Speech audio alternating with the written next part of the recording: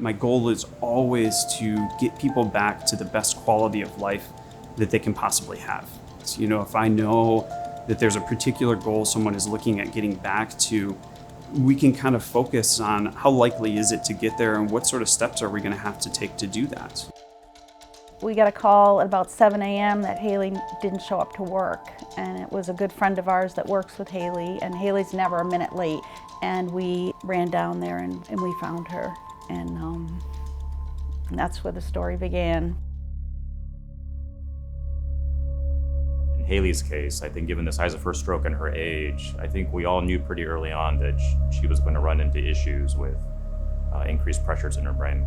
So we do a neurosurgical procedure where basically half of the skull is temporarily removed. There was a period of time where we didn't know if she was going to make it. Age in stroke is a little bit of a double-edged sword.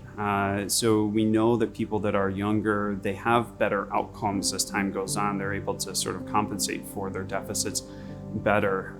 But at the same time, her young age and the fact that her brain was so full is sort of what put her at risk and why she needed an additional surgery in order to save her life. And then when something as scary and frightening, happens, like what happened to Hayley, you immediately just go into protective mode and supportive mode because you know that that's the one thing that she needs in that moment.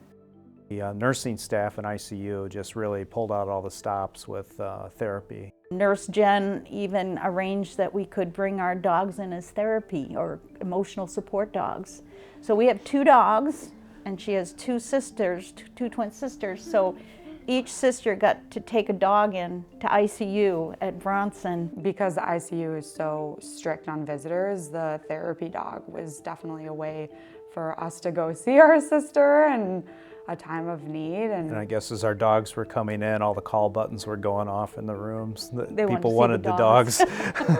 And they worked with Hayley on, getting her first sounds. And I think one of them got her to move her foot for the first time. And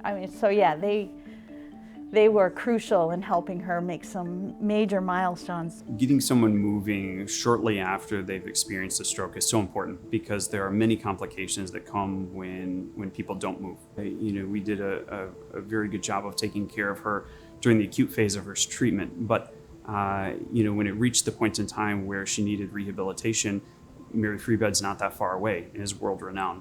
Very good at rehabilitation. That was the place for her to go. With Hayley, she is so young to have a stroke, but was also so active, very physically fit. So with high intensity, we often look at how long can we keep the heart rate in a optimal range for amount of time. So we had to do a lot of higher level balance and activity things just to get her heart rate to be up to where we would consider it more of a therapeutic level. For Hayley in the very beginning, I looked a lot at is she saying yes and no appropriately, because that was what she had to communicate with initially, was yes and no. You write with a Paper. pen. Pen. There you go.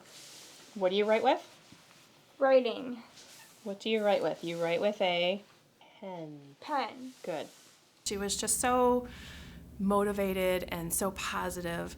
And the first couple days that I worked with her, she was getting a few single words out, but not a lot.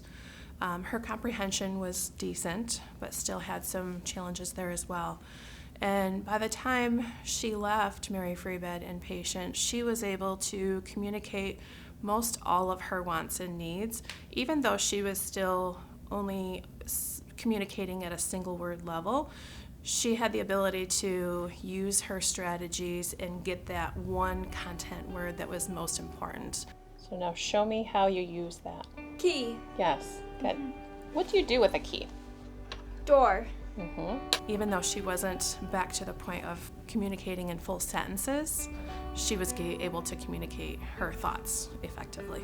You look back at old videos and stuff, and it's like, oh wow, we're really rapidly moving along.